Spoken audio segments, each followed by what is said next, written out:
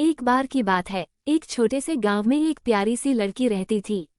उसकी दादी ने उसे एक लाल रंग की ऊनी टोपी बना कर दी थी। वह टोपी उस पर इतनी सुंदर लगती थी कि गांव में सब उसे लाल टोपी कहकर बुलाने लगे।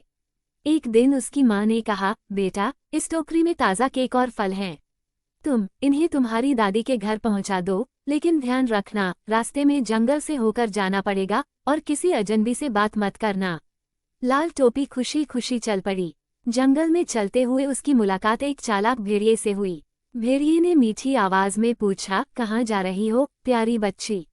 लाल टोपी मासूमियत से बोली, दादी के घर। ये टोकरी उनके लिए है। भेड़िया बोला, इतनी छोटी बच्ची के लिए कितना ज्यादा काम। लाओ ये टोकरी मुझे दो, मैं पहुंचा देता हूँ। लाल टोपी बोली, आपका शुक्रिया, पर दादी का घर यही पास में है, खुद पहुंचा दूंगी। भेड़िया चालाकी से पूछता है, कहाँ रहती है तुम्हारी दादी? लाल टोपी मासूमियत में उसे दादी का घर का रास्ता बताती है। तभी भेड़िया कहता है, क्यों न तुम दादी के लिए कुछ फूल भी तोड़ लो, वो खुश हो जाएंगी। लाल टोपी को ये बात सही लगी। उसने सोचा, सुंदर फूल देखकर दादी खुश होएंगी। वो रुककर फूल तोड़ने लगी और भेड़िया जल्दी से दादी के घर पहुंच गया। उसने दरवाजा खटखटाया। दादी ने पूछा, कौन है? भेड़िया धीमे से बोला, मैं हूँ, लाल टोपी।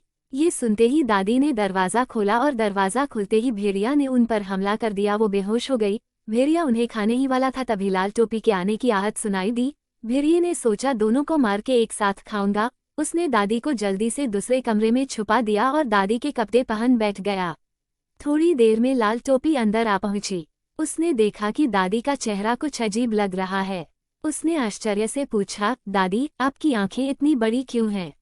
भेड़िया बोला, ताकि तुम्हें अच्छे से देख सकूं, मेरी बच्ची।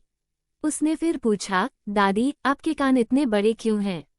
ताकि तुम्हारी बातें अच्छे से सुन सकूं। लाल टोपी को कुछ सही नहीं लग रहा था। उसने फिर पूछा, दादी, आपके दांत इतने बड़े क्यों हैं? भेड़िया गुस्से में बोला, ताकि तुम्हें खा सकूं। और फिर भेड़िया लाल टोपी पर झपटा। लाल टोपी चिल्लाई, बचाओ। इतने में आवाज सुनकर जंगल से गुजर रहा एक बहादुर लकड़हारा अंदर आया।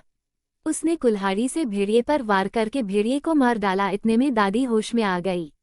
दादी और लाल टोपी ने लकड़हारे का धन्यवाद किया। लाल टोपी ने दादी से माफी मांगी क्योंकि उसने ही भेड़िए को दादी का घर बताया था। उस दिन के बाद लाल टोपी ने माँ की बात कभी नहीं टाली और अजनबियों से बात न करने का वादा किया, क्योंकि उसने सीख लिया था कि अजनबियों से सावधान रहना ही सबसे बड़ी समझदारी है, चाहे उनकी बातें कितनी भी मीठी क्यों न लगें।